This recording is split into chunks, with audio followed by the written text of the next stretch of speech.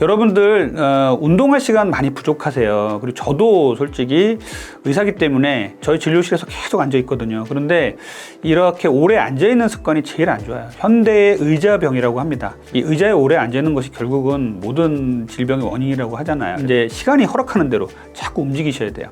이것들을 뭐 언제 헬스클럽에 가서 그때만 움직여야지, 이것이 중요한 게 아니라요, 자주 생활 속에서 움직이시고, 앉아서 일하시는 분들은 좀 자주 서시고, 저 같은 경우는 아예 진료실에다가 이제 환자분이 나가면 이렇게 올려서 타이핑을 하고 이렇게 할 수 있는 시스템을 하나 마련을 해놨어요. 그래서 서서 진료를 하고 이런 시간들을 많이 만드셔야 돼요. 그리고 한 정거장 일찍 내려서 걸어 다니시고, 에스컬레이터가 있다고 하더라도 계단으로 다니시고, 이런 식으로 해서 생활 속에서 운동량을 좀 많이 늘리셨으면 좋겠어요. 우리가 이제 지방은 크게 두 종류가 있어요. 피하 지방과 내장 지방이 있습니다. 피하 지방은 몸 어디든지 이렇게 잡으면 잡히는 이 부분이 피하 지방이에요. 이 피부 밑에 지방을 쌓아 놓게 되죠. 그리고 내장 지방은 이 잡히지 않는 저 뱃속 안쪽에 있는 지방을 말합니다. 피하 지방과 내장 비만의 차이를 이해하는 게 왜 중요한가 하면요, 피하 지방은 우리 피부 밑에 쌓여서 미용적으로는 좀 안 좋아요. 가임기 여성들이 살이 찌게 되면 이 팔뚝이나 허벅지, 엉덩이 이런 데 살이 찌기 때문에 옷태도 잘 안 나죠. 그런데 이 피하 지방이 건강에 문제가 되는 경우는 거의 없습니다. 그런데 이제 내장 비만이 문제가 많이 되죠. 남성들은요, 젊었을 때부터 비만이 되면은 내장 비만이 됩니다. 그리고 여성들도 폐경기 이후가 되면은 여성 호르몬이 없어지기 때문에 내장 비만이 됩니다. 내장 비만이 가장 크게 문제가 되는 건 무엇이냐면요, 여러분들 뭐 이렇게 드라마 같은 데서 수술할 때 이렇게 보면은 이제 장에 옆에 막 지방들이 달려 있는 게 있어요.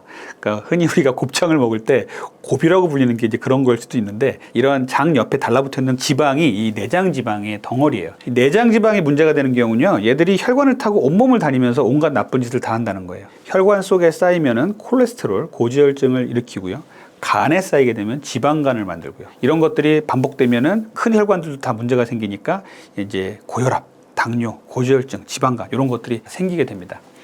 우리 몸은 왜 배 속에다가 내장 지방을 쌓게 진화를 했을까요? 라고 한번 생각을 해보실 필요가 있어요. 지방은요, 3대 영양소 중에 하나면서 상당히 중요한 우리 몸의 에너지원입니다. 우리 몸에서 가장 마지막에 쓰이는 이제 연료가 되죠.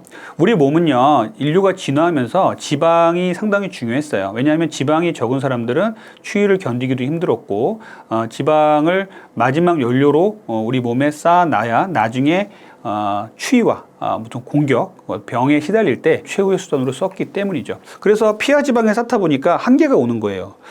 그럼 어디다 더 쌓지? 여기다가 이제 지방을 쌓기 시작한 거예요. 다행히도 여성들은 여성 호르몬이 여성을 여성답게 만드는 호르몬이잖아요. 이 호르몬이 내장 지방을 덜 쌓게 해줘요. 이게 왜 진화적으로 이렇게 됐냐면요, 여성들은 임신을 해야 되잖아요.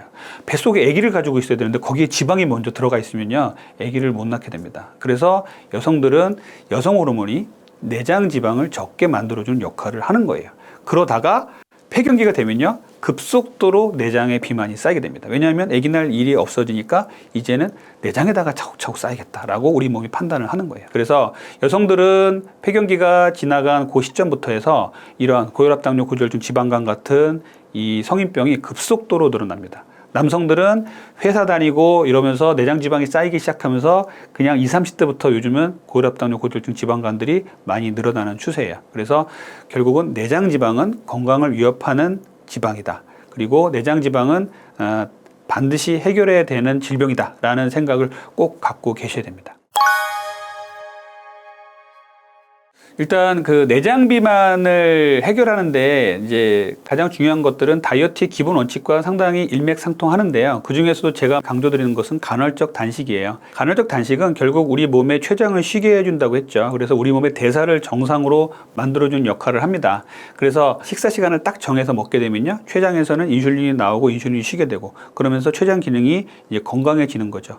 그래서 당뇨 전 단계에 있던 사람도 이제 정상으로 돌아오게 되는 경우를 많이 봅니다. 그래서 간헐적 단식이 내장 지방의 해결에 도움이 되고요. 또 이제 운동을 제가 이제 많이 추천을 드리는데, 운동 중에서는요, HIIT라고 그래요. 고강도 인터벌 트레이닝이라고 얘기를 합니다. 이 운동은 무엇이냐면요, 열심히 1시간을 걸은 사람, 또 열심히 근력 운동만 또 30분 정도를 한 사람과 거의 비슷한 효과를 나타내는데 아주 짧은 시간 운동을 할 수 있는 운동이에요. 이것이 뭐냐면, 만약에 내가 계단을 오른다라고 했을 때는요, 30초 정도는 최고의 강도로 계단을 오르고요, 또 30초 정도는 천천히 올라가는 겁니다. 그래서 호흡이 이제 최대한 가빠진 상태에서 천천히 호흡을 고르고, 또 30분 정도는 또 최대한의 능력치로 올라가는 거죠.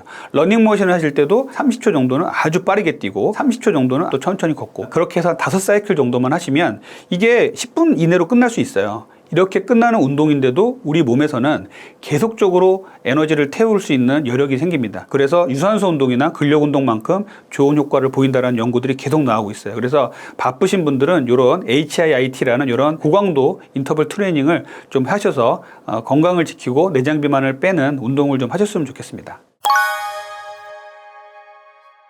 저는 그 다이어트와 건강에 제일 좋은 운동을 걷기라고 얘기를 하고요. 식사 직후에 걸으라고 말씀을 드려요.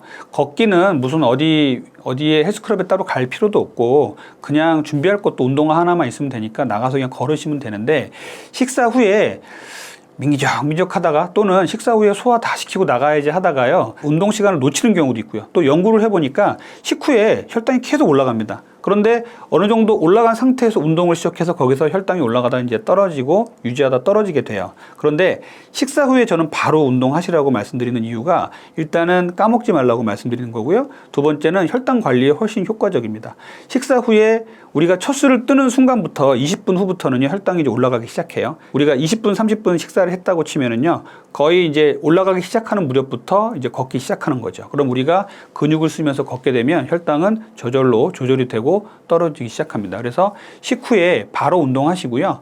최대한 저녁 식후에는 꼭 운동을 했으면 좋겠어요. 우리가 혈당이 하루 중에서 저녁에 제일 많이 올라갑니다. 20분에서 30분, 그리고 많게는 1시간까지 운동을 하시면 좋아요. 혈당 측정기를 측정을 하고 운동을 해보면요, 운동을 하는 순간부터 혈당이 안정화됩니다. 조금 유지가 되다가 운동을 딱 멈추잖아요. 다시 올라가요.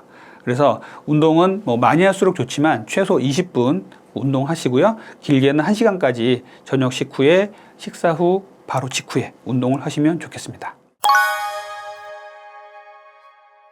저도 한때는 갑자기 살이 쪄가지고 고생을 한 적이 좀 있었어요. 살이 많이 쪄서 고생을 하다가 간헐적 단식을 하면서 많이 살을 뺐어요. 그래서 간헐적 단식은 정말 제가 추천드리는 다이어트 방법입니다.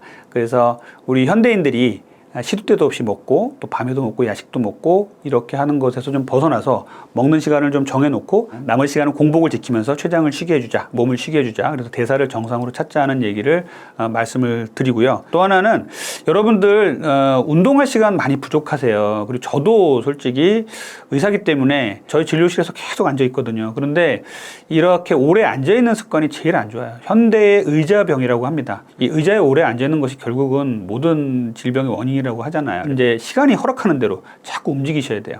이것들을 뭐 언제 헬스클럽에 가서 그때만 움직여야지, 이것이 중요한 게 아니라요, 자주 생활 속에서 움직이시고, 앉아서 일하시는 분들은 좀 자주 서시고, 저 같은 경우는 아예 진료실에다가 이제 환자분이 나가면 이렇게 올려서 타이핑을 하고 이렇게 할 수 있는 시스템을 하나 마련을 해놨어요. 그래서 서서 진료를 하고 이런 시간들을 많이 만드셔야 돼요. 그리고 한 정거장 일찍 내려서 걸어 다니시고, 에스컬레이터가 있다고 하더라도 계단으로 다니시고, 이런 식으로 해서 생활 속에서 운동량을 좀 많이 늘리셨으면 좋겠어요. 그리고 제가 현대인들에게 또 하나 크게 부탁드리고 싶은 것은요, 수면이에요. 저는 잠을 참 잘 자는 편입니다. 근데 잠을 못 자면 살이 찝니다. 잠을 못 자면 나는 살이 빠지던데, 이런 분들은요, 그냥 하루 이틀 못 잔 거예요.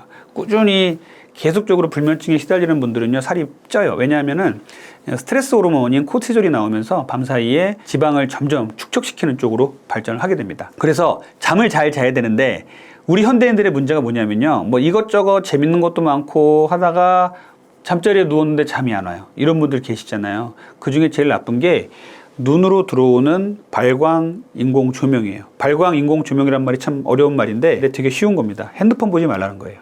저녁에 자기 전에 핸드폰, 밝은 TV, 그 다음에 뭐 PC라든지 이런 것들을 보지 말아야 합니다. 그 불빛들이 눈으로 들어오는 순간 우리 뇌는요, 낮으로 인식해요. 그래서 나는 자려고 누워서 핸드폰 보고 준비를 하고 있는데 잠이 안 와요. 이런 분들은 그 핸드폰을 끊으셔야 잠이 옵니다라고 말씀을 드려요. 그래서 밤에는 이제 핸드폰도 멀리 치워버리시는 게 좋고요. 그냥 잠영종하고 낮은 조도의 조명 하나 놓고서 책을 보시다가 주무시는 게 제일 좋습니다. 그래야 밤 사이에 숙면을 취할 수가 있고 그 숙면을 취해야 우리 다이어트도 잘 되고 그리고 건강도 지킬 수 있는 이런 생활 습관이 돼요. 그래서 제가 여러분들에게 말씀드리고 싶은 거는 간헐적 단식 그리고 생활 속에 운동하시는 것 그리고 자기 전에 휴대폰 끄시고 숙면을 취하자라는 것 말씀드리고 싶어요.